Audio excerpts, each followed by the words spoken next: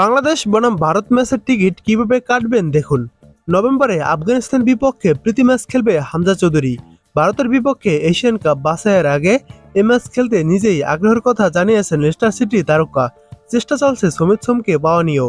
Match দুটিকে সামনে রেখে 30 অক্টোবর জাতীয় দলের ক্যাম্প শুরু হওয়ার কথা জানিয়েছেন বাফুফের ন্যাশনাল টিমস কমিটির সদস্য ইকবাল হোসেন।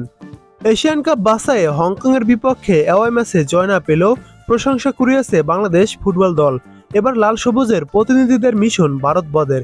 ভারতের বিপক্ষে এশিয়ান কাপ বাছাই পর্বের আগে আফগানিস্তানের বিপক্ষে একটি প্রীতি ম্যাচ খেলবে বাংলাদেশ। সেই ম্যাচে দেখা যাবে হামজা চৌধুরীকে। এই ম্যাচে সমিত সোমকে পেতে চেষ্টা চালিয়ে যাচ্ছে বাফুফে।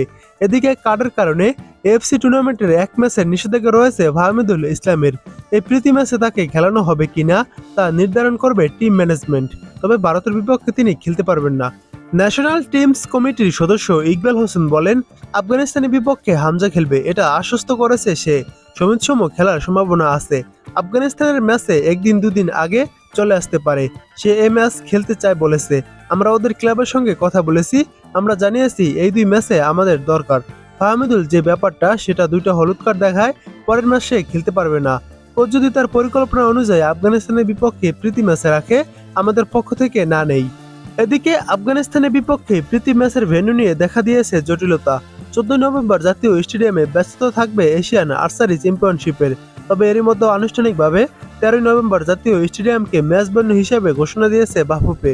যদিও সমঝোতার মাধ্যমে স্টেডিয়াম পাওয়া নিয়ে আশাবাদী ফেডারেশন।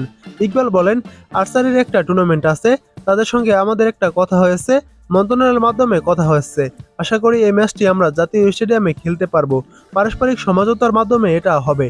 আফগানিস্তান ও ভারত ম্যাচকে সামনে রেখে 30 অক্টোবর জাতীয় দলের ক্যাম্প শুরু করার পরিকল্পনা ফেডারেশনের। কোচ হেভিয়ার ক্যাবরেরা দেশে ফিরে আসলে চূড়ান্ত সিদ্ধান্ত। ইকবাল বলেন, আমাদের সম্ভাব্য তারিখ 30 অক্টোবর। তখন থেকে আমরা ক্যাম্প শুরু করে দেব। হয়তো একদিন পেছাতে পারে, এর মাঝে আমরা ক্যাম্পটা শুরু করব। এবার দেখুন বাংলাদেশ ও ভারতের ম্যাচের টিকিট কবে আপনারা সংগ্রহ করবেন। আপনারা ভারত ও বাংলাদেশের ম্যাচের টিকিট অনলাইনের মাধ্যমে সংগ্রহ করতে হবে। টিকিট ছাড়বে 9 নভেম্বর বাংলাদেশ সময় দুপুর 2টা থেকে অনলাইনে পাওয়া যাবে এবং তখন আপনাদেরকে ক্রয় করতে হবে। বাংলাদেশ ও ভারত ম্যাচের টিকিটের এবারও দায়িত্ব পেয়েছে কুইকেট.মি। কুইকেট.মি ওয়েবসাইট এবং কুইকেট.মি ফেসবুক পেজ থেকে আপনারা টিকিট সংগ্রহ করতে পারবেন 9 নভেম্বর দুপুর 2টায়। যারা কিনবেন তারা এখন চলুন আপনাদেরকে প্রসেসিংটা দেখায় যে কিভাবে আপনারা টিকিট ক্রয় করবেন। বাংলাদেশ ভারত ম্যাচের টিকিট পেতে আপনারা গুগলে চলে আসবেন। গুগলে চলে এসে এখানে লিখবেন কুইকেট.মি। কুইকেট.মি লিখে সার্চ করে দিবেন।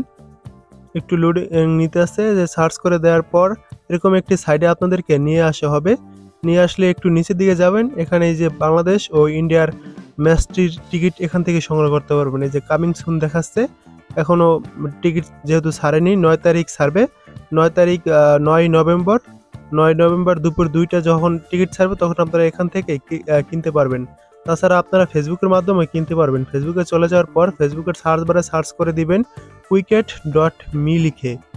এখানে যেভাবে দেখাচ্ছি ঠিক সেভাবে আপনারা সার্চ করে দিলে একটি পেজ পাবেন। প্রথমে কুইকেট.মি, সেখানে ক্লিক করবেন। ক্লিক করার পর গেট টিকিটে ক্লিক করবেন। গেট টিকিটে ক্লিক করার পর একটু লোডিং নেবে। লোডিং নেওয়ার পর আপনাদেরকে কাঙ্ক্ষিত পেজে নিয়ে আসবে। যখন টিকিট ছাড়বে 9 নভেম্বর দুপুর 2টায় আপনারা এই যে বাংলাদেশ এবং ইন্ডিয়ার ম্যাচের এখানে কামিং সুন দেখাচ্ছে, তখন আর দেখাবে না। 9 তারিখ আপনারা এখান থেকে টিকিট কিনতে পারবেন।